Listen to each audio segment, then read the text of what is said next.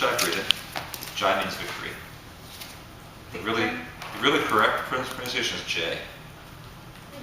But we've all been saying Jai for the last 25 years, so we keep saying Jai. But the proper Sanskrit pronunciation is J. Victory? Is that what you said? Yeah, victory. So ujaya breathing is victorious breathing. It's an ancient technique. There's nothing new age about it. It's not an American invention. It's quite old. In the really, really old yoga texts, they attribute immortality to the energetic application of Uddiyana Bandha. Actually, I'm teaching more like your teachers right now, so people will be like, what? Okay, so if I were teaching you as if you've never breathed before, I said, okay, sit up, put your hands on your belly, and breathe deeply and see what happens. Can you feel your belly in motion? Yeah? Okay, that's good. That means you're alive. Okay, so if that weren't happening, you'd be dead. This happens automatically. You're breathing this way, this belly breathing. You do this when you're sleeping, you do this in a coma, you do this if you're brain dead even, sometimes. It happens automatically all day long. The reason that your belly is in motion is that the displacement, when the diaphragm is dropping down to pull air in, it's pushing the intestines forward. So the main displacement here is intestinal. The belly is in motion, which is completely fine, but the rib cage isn't really moving all that much. So that quantity of breath would be about 200 cc's, about this much. Maybe about a fifth of a quart. It's not very much. It's enough to keep you alive. Keep in mind your breath is your primary sign of life. If they want to see if you're alive, they'd stick a mirror under your nose, see if anything's coming out. Oh, look, she's breathing a little bit. Yeah, maybe a little bit alive. Okay. If you can engage Uddiyana Bandha, which is located between the navel and the pubic bone, so this little punani most of us have here, wants to be stabilized, so it doesn't move. So I actually changed the shape of my belly button by practicing yoga. It used to just be an innie. Now it's an innie and an uppy. It actually moves upward slightly. So if you hold that stable and watch carefully, when I inhale, I move the rib cage instead, which is radically different because instead of just being 200 cc's of displacement, it'd be a very small motorcycle. It's 1200 cc's, which is actually a very big motorcycle. It'd be two whole quarts displacement, 6 times deeper, which is radically different physiologically. So you're actually moving the rib cage. So the rib cage itself, which surrounds your heart and the lungs, becomes vibrant. Instead of kind of casting concrete, as it is on most people. And it really opens a gateway to feeling. You'll notice people who are very repressed, who can't breathe. Again, I'm talking to you like your teachers right now. It's kind of some segueing back and forth. People who are really trapped and not breathing tend to be really repressed, kind of shut down, and you just won't see any motion there at all. It's a very sad thing. And as they begin to breathe deeply, it changes everything for them. That's one little victory. Okay, so Uddiyana Bandha, try this out, you guys. Draw the navel in and up, and see if you can move the rib cage itself with the breath. Is that working for you? Yeah. Any questions about this so far?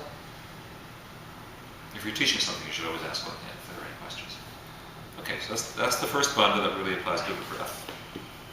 The second one is Jalandhara Bandha, which is located in the larynx. So it's as if you were whispering.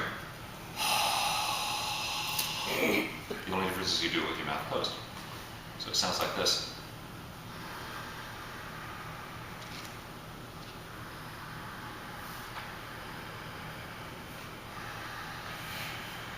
And so on. This is actually quite important because it slows the breath down. There's a little constriction in the throat. Makes the breath much slower. So without this bandha applied, the ujjayi breathing could happen quite rapidly. I'm going to shut that door so we'll have to hear that steam ship.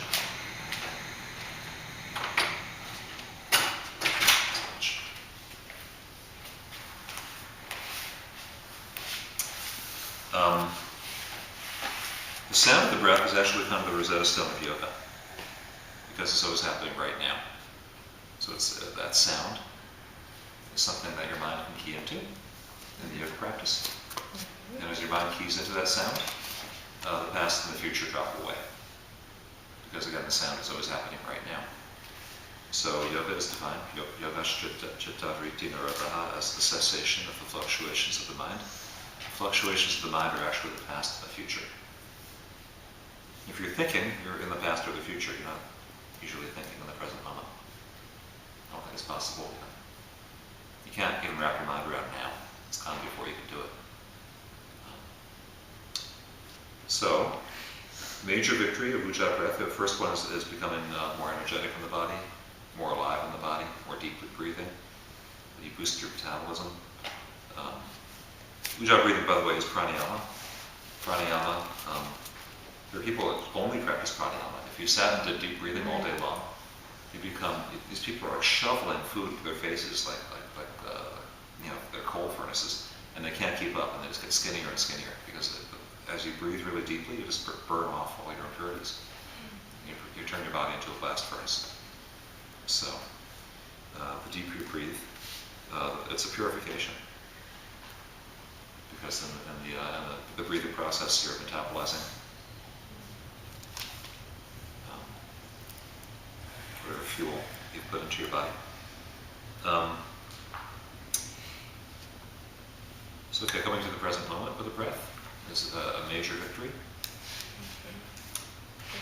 But even more importantly than that, I think kind of the most major victory of ujjayi breathing is the fact that your limbic brain ordinarily is controlling your diaphragm. And the first thing that happens when you become panicked, you stop breathing. You'll seize up. So there'll be places in the practice, whether it's forward bending or backward bending or inverting, where your mind is going to kind of hit difficulty, and you're going to stop breathing. If you can breathe consciously, right, and deeply and fully, then the tail can begin to wag the dog, instead of vice versa, which is exactly what's happening with ujjayi breath. So instead of the limbic brain causing the diaphragm to seize up and the breath to stop, if you have a person who's panicked or freaked out, because your limbic brain controls anxiety, rage, fear, freaking out in general. If you have a freaked out person, how do you get them to come back? Breathe deeply, right? Take 10 deep breaths. Yeah, that's why that works.